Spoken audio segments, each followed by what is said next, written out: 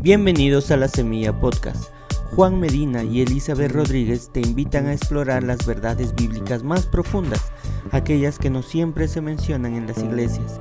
Prepárate para sembrar, crecer y reflexionar con nosotros.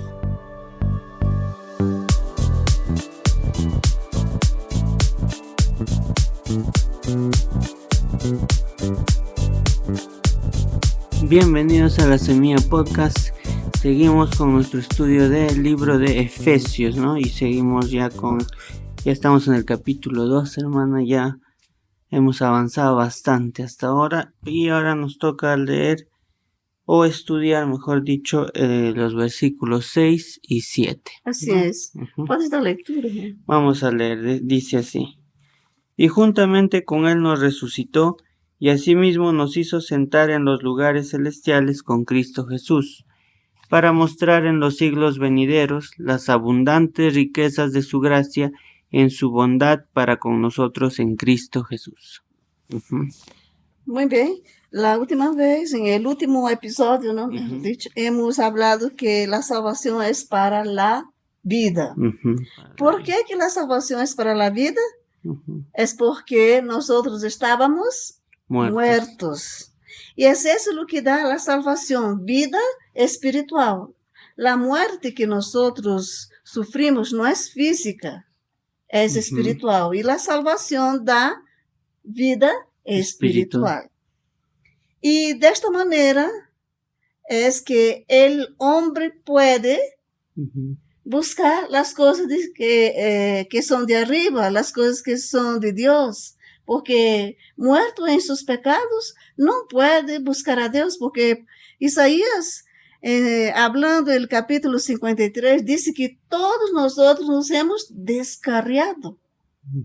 Pero creyendo en Jesús, aceptando el sacrificio de Cristo, que Él hizo en la cruz del Calvario, eso nos hace posible tener vida espiritual, vida eterna, y así poder tener una relación con Dios.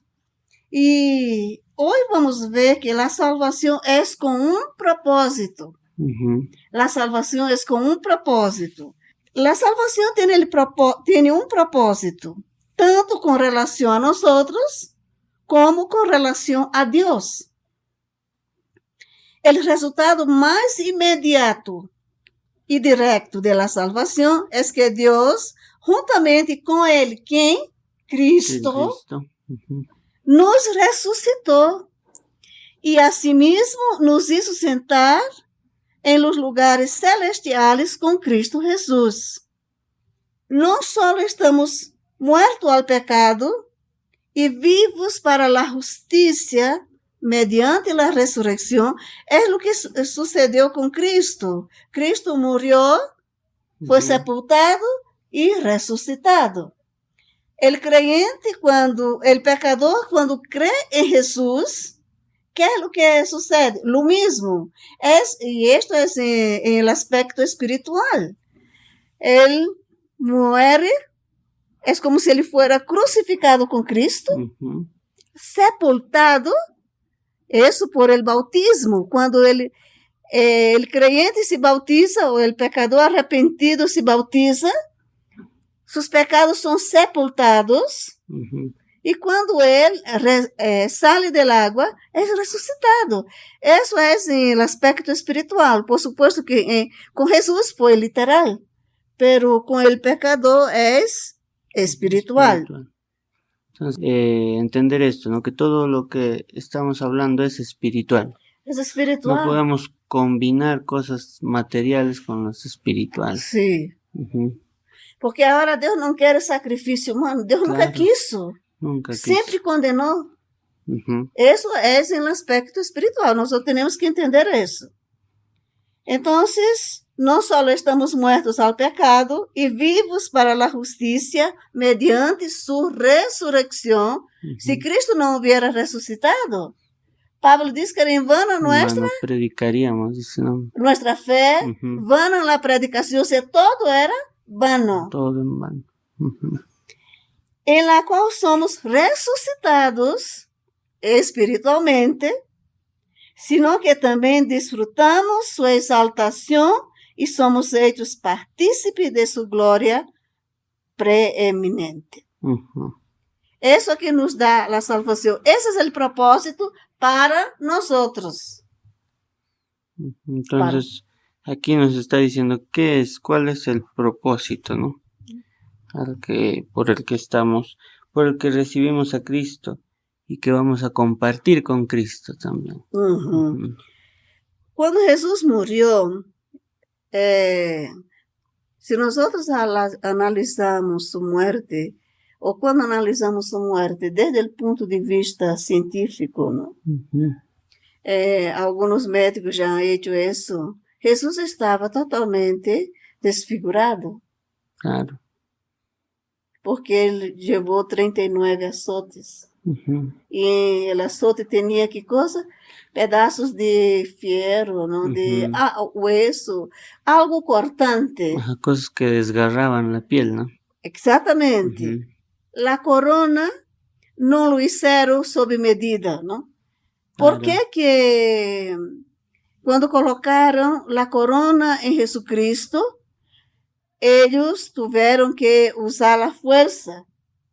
¿Para qué? La Biblia dice que, ¿qué es lo que ellos hicieron cuando colocaron la corona en la cabeza de Jesús?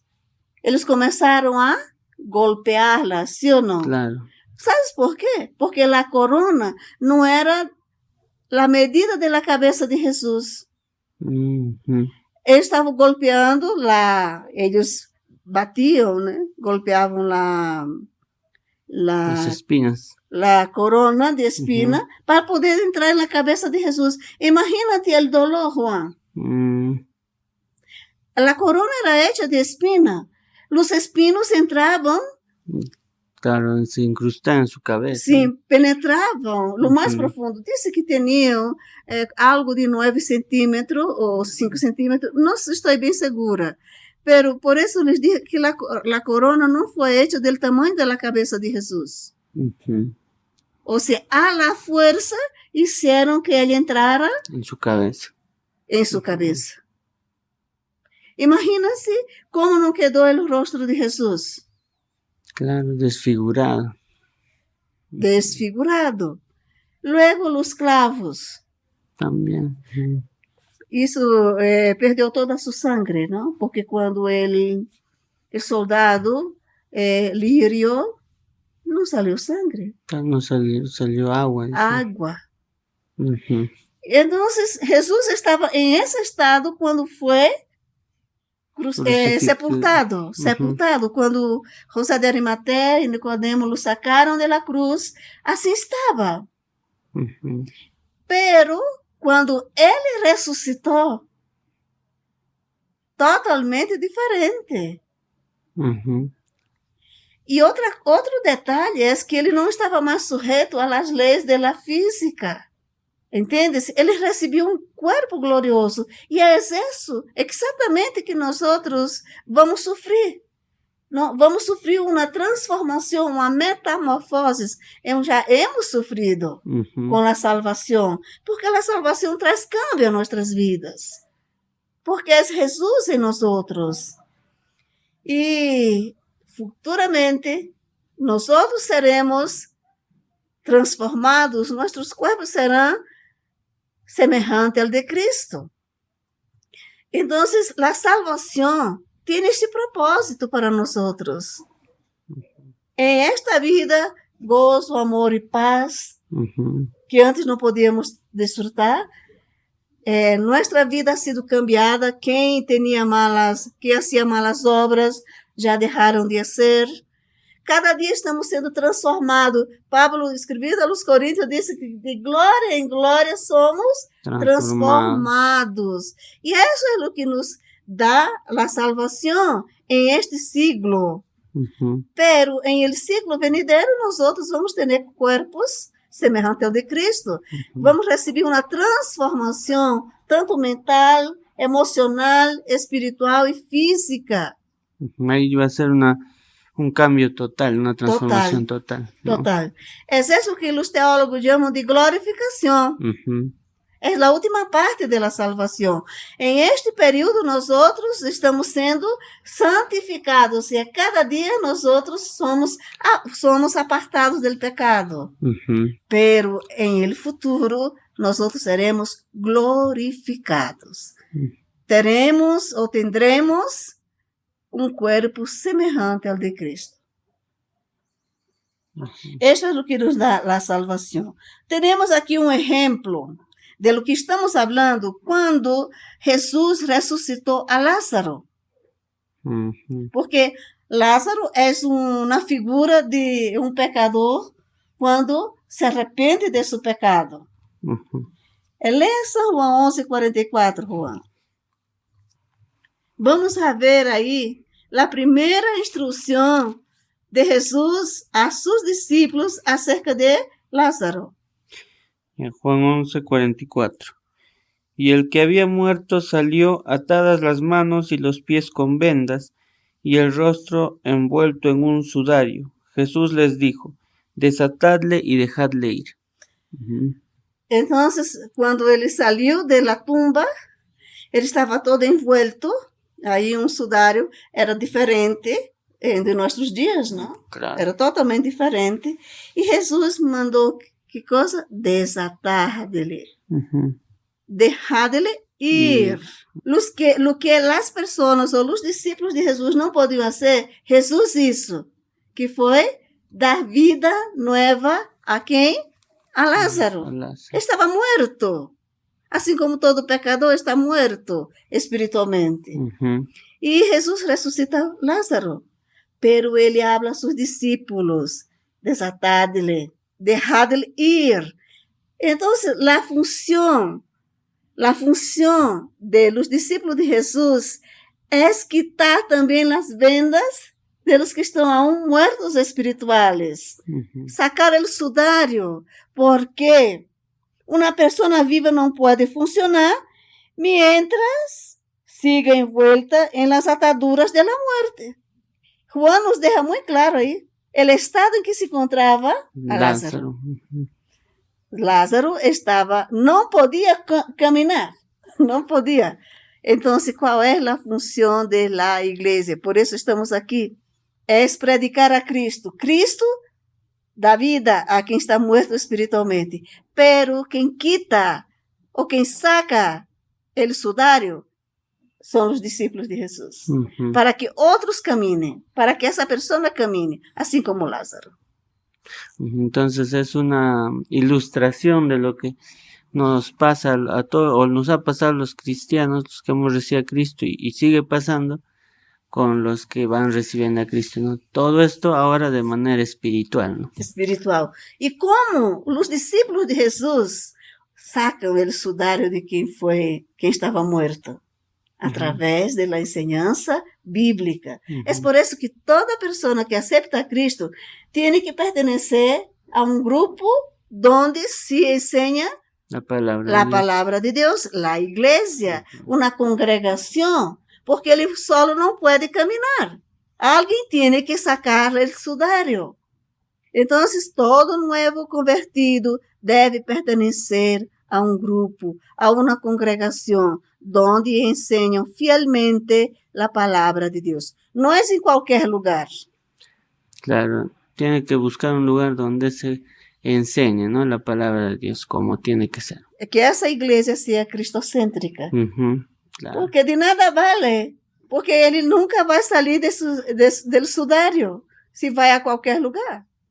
Claro, va a ser lo mismo porque no va a crecer, no va a madurar. Não vai seguir adelante. Não vai seguir adelante. Muito bem. Devido a que nossa nova cidadania, por meio de Cristo, está em los cielos, Deus nos senta em los lugares celestiales com Cristo Jesus. E isso é o mais interessante, porque se nós observamos a história de Lázaro, Lázaro volveu a morrer. Claro. Sim. Então, Lázaro é uma figura do pecador quando aceita a Cristo. Quando Jesus lo saca da tumba, da morte, do pecado. ¿Y qué es lo que hace? Lo hace sentar en los lugares celestiales y dice, con Cristo Jesús.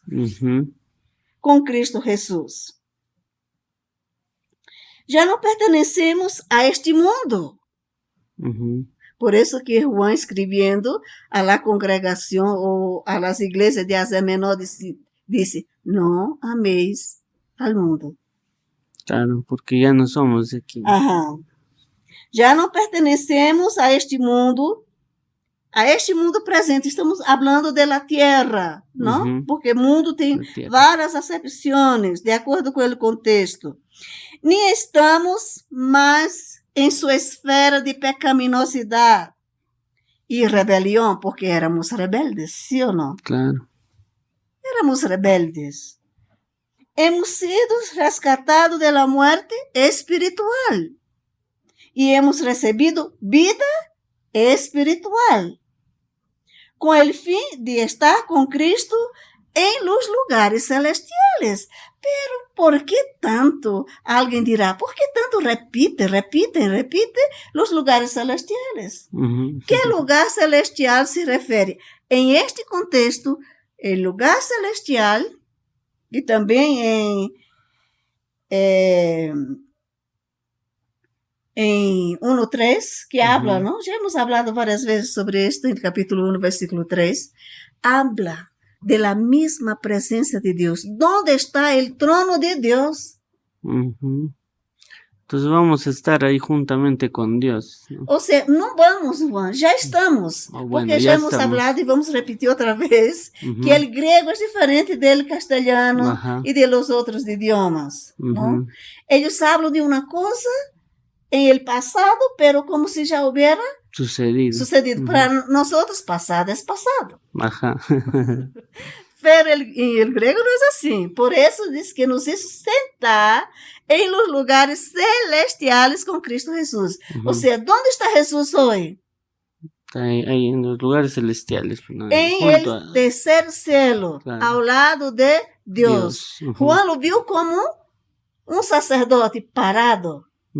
No está sentado. Cuando la Biblia dice que Cristo está sentado a la diestra de Dios, habla de obra acabada.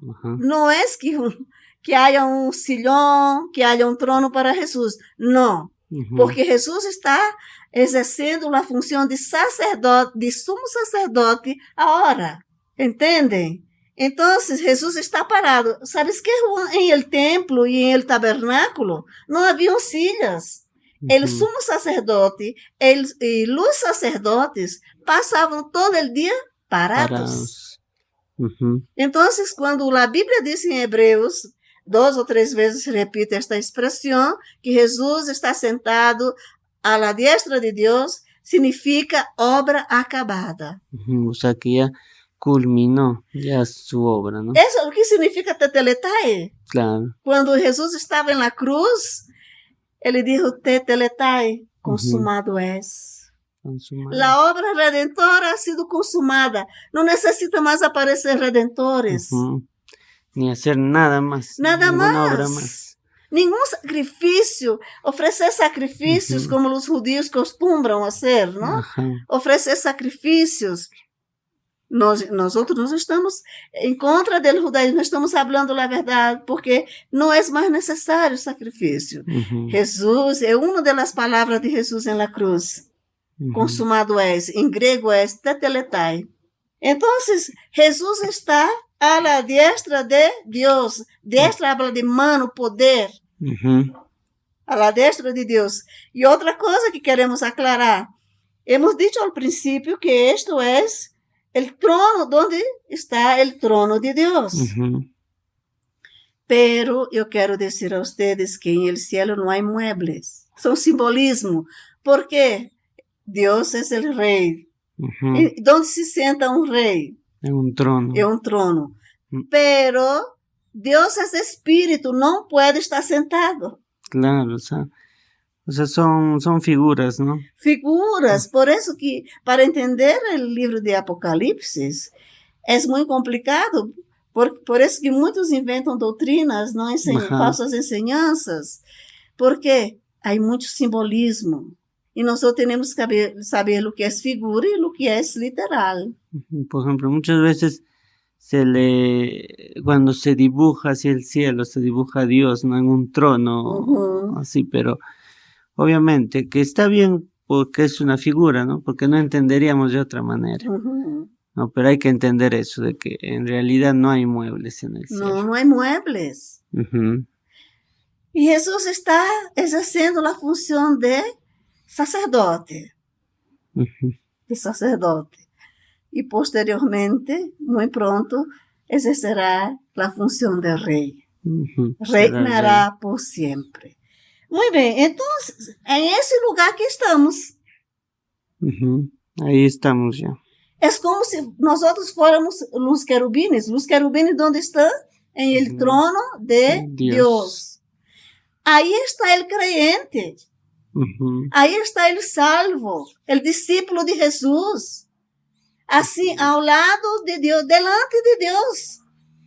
Claro, o sea que espiritualmente nosotros ya estamos en el tercer cielo. Eso no es jactancia, mas es lo que la Biblia dice. Claro, entonces hay que entender eso y hay que vivir de esa manera, ¿no? Entender eso para poder tener esperanza. Claro, esperanza, gozo, alegría. Qué honor el nuestro de estar ante Dios, ¿no? Qué honor, Juan. ¿Quién éramos? Claro, no éramos nada, éramos enemigos de Dios.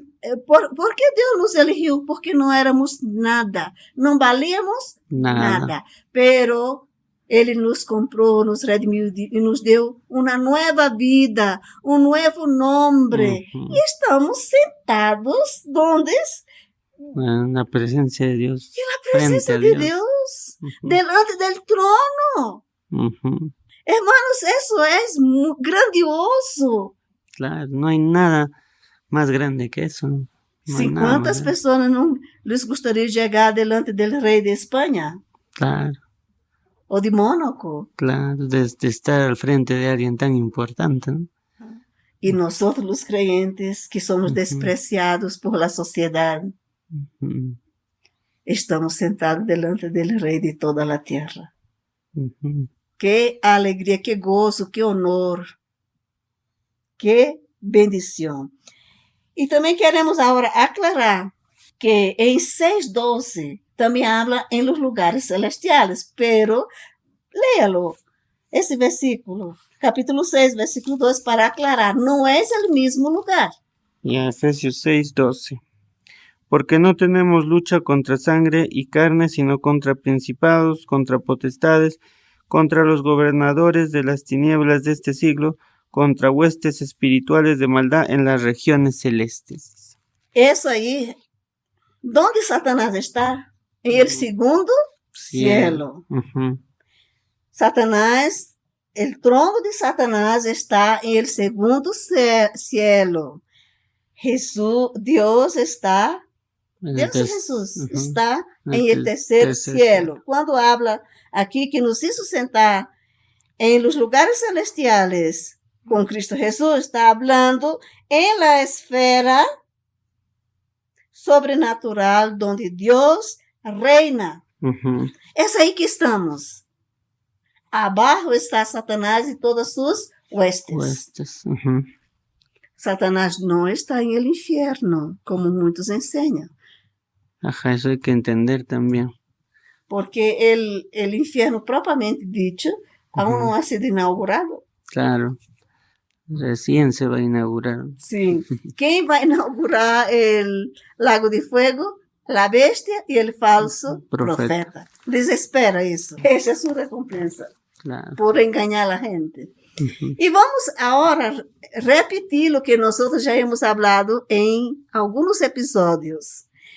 El verbo griego detrás de sentar, que sentar también es un verbo, pero en español, el verbo griego que está detrás de sentar está en tiempo pasado. Y hace énfasis en el carácter absoluto de esta promesa al hablar de ella como si ya hubiera tenido lugar por completo. Claro, eso es lo que estábamos hablando justo, ¿no? Sí, ya hemos hablado de eso, ¿no? Ujú. Que el griego no es como el Claro, español. como nuestro idioma. Ujú, Entonces, el griego habla de cosas como si ya hubiera sucedido. ujú. Ya da por sentado. Ajá. O sea, en pasado habla cuando todavía no ha sucedido, ¿no? Ujú. Ujú. Para nosotros ya sucedió, ¿verdad? Claro, para nosotros sí. Y para nosotros solo cuenta ahora el futuro, ¿no? Ujú. O el presente. Claro, El pasado es pasado. claro. Y a veces ni queremos recordar. Ajá, ya pasó, ¿no? Ya pasó, pero el Ujú. griego no. Y eso es interesante, ¿no? Ujú. Es por eso que es bueno investigar. Aunque todavía no hemos heredado todo lo que Dios tiene para nosotros en Cristo, no aparte de Cristo, estar en los lugares celestiales equivale a estar en el dominio de Dios y no más en el de Satanás. Ujú. O sea, antes estábamos en el segundo cielo.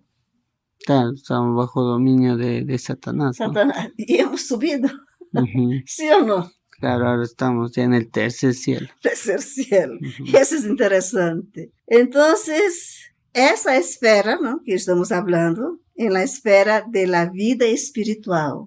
Ujú. Quando decimos que estamos em lugares celestiais, se refere à la esfera de la vida espiritual. Não mais em la vida de muerte, que é o reino de Satanás, que é a esfera donde opera Satanás. Isso temos que deixar muito claro. Isso se chama o campo de muerte espiritual. Em esse campo nós outros estávamos.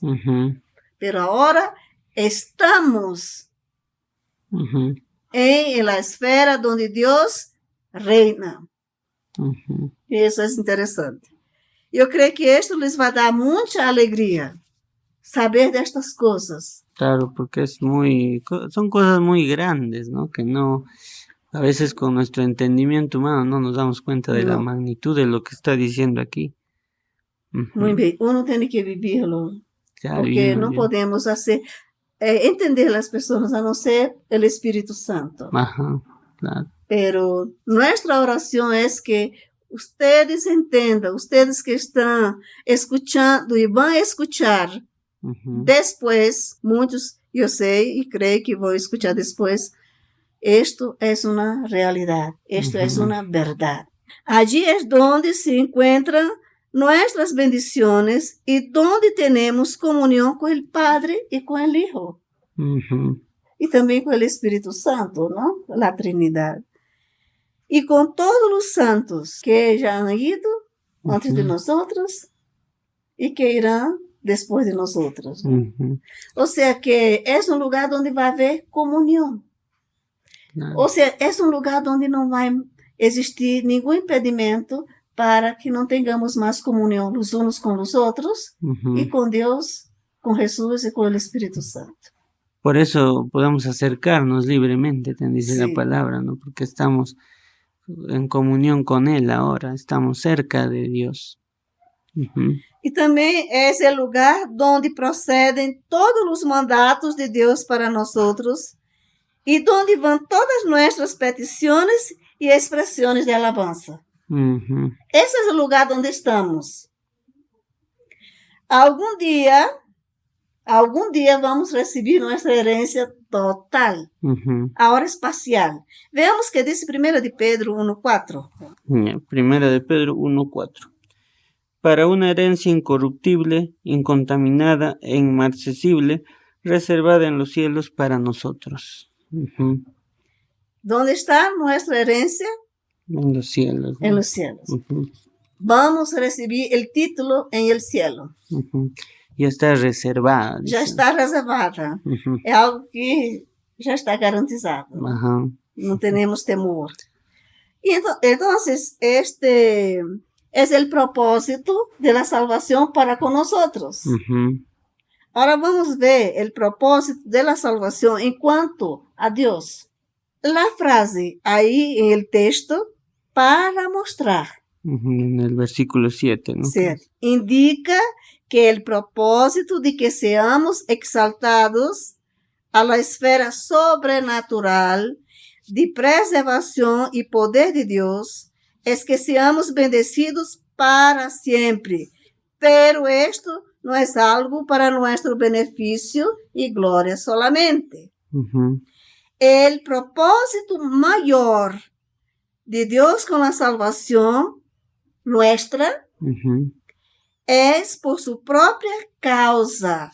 El versículo dice, para mostrar en los siglos venideros las abundantes riquezas de su gracia, pode subrayar ahí, gracia, y o en su bondad para con nosotros en Cristo Jesús. Es obvio que tal propósito redunda para nuestro beneficio, pero primero que todo para el de Dios, porque hace manifestas por toda la eternidad las abundantes riquezas de su gracia. Por medio de su bondad interminable para con nosotros en Cristo Jesús, el Padre se glorifica al bendecirnos desde el momento de la salvación y a través de los siglos venideros. Nunca dejamos de recibir la gracia y la bondad de Dios. Eso es interesante. Por toda la eternidad vamos a recibir la bondad y la gracia de Dios. Si nosotros recibimos hoy, y eso no vai cambiar quando chegamos em la eternidade. Isto é para sempre. Isso aqui é solamente destello de lo que vai ser em la eternidade. La gracia y la bondad de Dios. O sea, lo que aquí vivimos es solamente una prueba, una muestra de lo que vamos a vivir después. Botón, ¿no? Una muestra de lo que vai ser en la eternidad. Eso hay que entender, ¿no? Y aquí vamos a ver que, o sea, estamos viendo que Dios nos ama, ¿no? Y eso nos da seguridad, que no va a cambiar eso en ningún momento. Jamás. Y no podemos hacer nada más para que nos ame más ni para que nos ame menos, ¿no?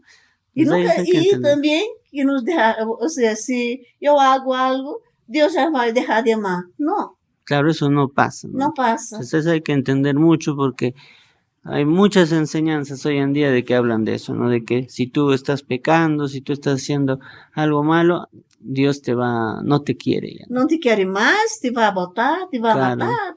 No por supuesto que nos disciplina, ¿no? Claro, nos disciplina. Y esta es una evidencia de su amor.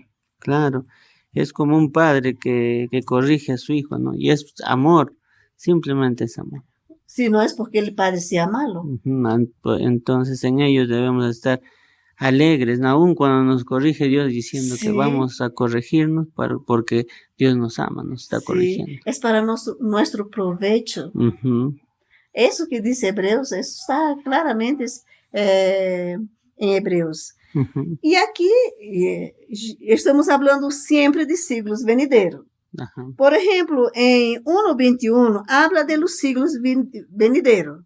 En capítulo 1, versículo 21. Ahí difiere del siglo venidero mencionado aquí. Nosotros estamos hablando en el versículo 7, ¿verdad? Del siglo venidero. En el capítulo 1, versículo 21, difiere de este siglo venidero. Siglo venidero, en el capítulo 1, versículo 21, se refere al reino eterno de Cristo. O sea que ele vai reinar com toda a autoridade sobre todo lo criado, que Deus vai restaurar a criação e lo vai dar, e ele vai governar. Entonces, en el capítulo 1, versículo 21, está hablando del gobierno eterno de Cristo. Ahí después ustedes pueden leer. Pero cuando habla aquí de siglo venidero, en el versículo 7, siglos venideros, habla de la eternidad. ¿Sabe qué es lo que va a suceder? Por toda la eternidad, Dios será glorificado por su gracia y bondad hacia nosotros. Aí, quando os arcángeles, querubines e serafines, todo o que a Bíblia nombra, mirar a igreja redimida em el cielo, ¿sabes qué? Vai glorificar quem? A Deus. Que é o que eles vão glorificar? A bondade de Deus e a graça de Deus por nós outros. Imagínate, Juan, que por toda a eternidade esses seres celestiais vão glorificar a Deus, seguramente se prostrarão, glorificar, exaltarão a Ele, porque Ele nos redimiu gratuitamente. E sua bondade foi constante hacia nós outros. E aí estamos, quando estes seres celestiais mirarem a igreja redimida, a novia de Cristo, a esposa del Cordeiro, glorificarão quem? A Deus por toda a eternidade. É isso que Pablo está dizendo. Por eso en el capítulo 1 hablábamos de que todo ese proceso de redención es para la gloria de Dios, porque al final Dios va a tener toda la alabanza y la gloria de todo lo que ha hecho. Exactamente. Entonces, los siglos venideros, en Efesios 2:7, se refiere a la eternidad. Él se glorifica bendiciéndonos por toda la eternidad, con toda bendición en los lugares celestiales. Y él completa la frase, en Cristo Jesús. Y esas bendiciones no es aparte de Cristo, es en Cristo. Dentro de Cristo. Dentro de Cristo. Eso es grandioso. Y al cual concedernos su gracia y bondad sin límite. O sea, ¿sabes qué? La gracia de Dios, la bondad de Dios no se puede medir. A veces nosotros no comprendemos cómo Ele pode salvar uma pessoa que está totalmente degenerada moralmente e espiritualmente, não é assim? Pero su gracia es tan grande que puede restaurar esa vida. El cielo entero le glorificará a causa de lo que ha hecho por nosotros. Vamos ler capítulo 7 de Apocalipsis, versículo 10 al 12. Y clamaban a gran voz diciendo, la salvación pertenece a nuestro Dios, que está sentado en el trono, y al Cordero.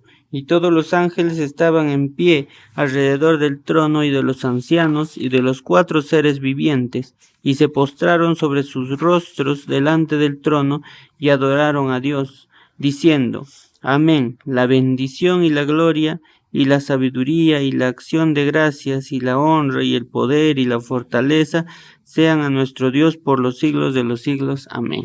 Ay, es eso que va a suceder. Cuando la iglesia llegue al cielo, ellos nos mirarán y harán todo eso que Juan está escribiendo o describiendo. Entonces van a alabar a Dios, ¿no? Sí. Entonces, claro que la salvación nos trae beneficios, ¿no? Pero el mayor propósito de la salvación del pecador es la gloria para Dios. Por eso también nosotros debemos adorar a Dios, ¿no? Entendiendo eso. ¿Cómo ha sido eso, ¿no? De que nos haya salvado siendo nosotros nada, ¿no? Enemigos de Él, habiéndole ofendido tanto en nuestra vida, ¿no? ¿Verdad? Con esto acabamos este episodio y no nos olvidemos, ¿no? No nos olvidemos que si has recibido a Cristo ya, estás en esa posición, estás junto al Señor, ¿no? En esos lugares celestiales, y debemos vivir entendiendo eso, ¿no? Como ciudadanos del cielo. Ajá. Viviendo frente a Dios, como estamos frente a Dios, ¿no? Entonces debemos vivir así, dignos de ser los redimidos que somos, ¿no? Y si no has recibido a Cristo, ¿qué esperas, no? Recíbelo para que puedas también recibir todos estos beneficios, toda esta alegría y este gozo. Y bueno, esperamos que haya sido de bendición este programa. No te olvides de suscribirte, de compartir también este mensaje con las personas, con todas las personas que conozcas, para que también puedan conocer la palabra de Dios. Y también te animamos a que comentes algunas dudas que tú tengas, tal vez problemas, alguna dificultad. Nosotros estamos para ayudarte, ¿no? Para poder ayudarte. Entonces, esperamos que nos sigas escuchando. La siguiente semana vamos a seguir con el estudio de Efesios. Ya hemos acabado el capítulo 1, estamos con el capítulo 2 y vamos a proseguir hasta donde Dios lo permita. Bendiciones y nos vemos la siguiente semana.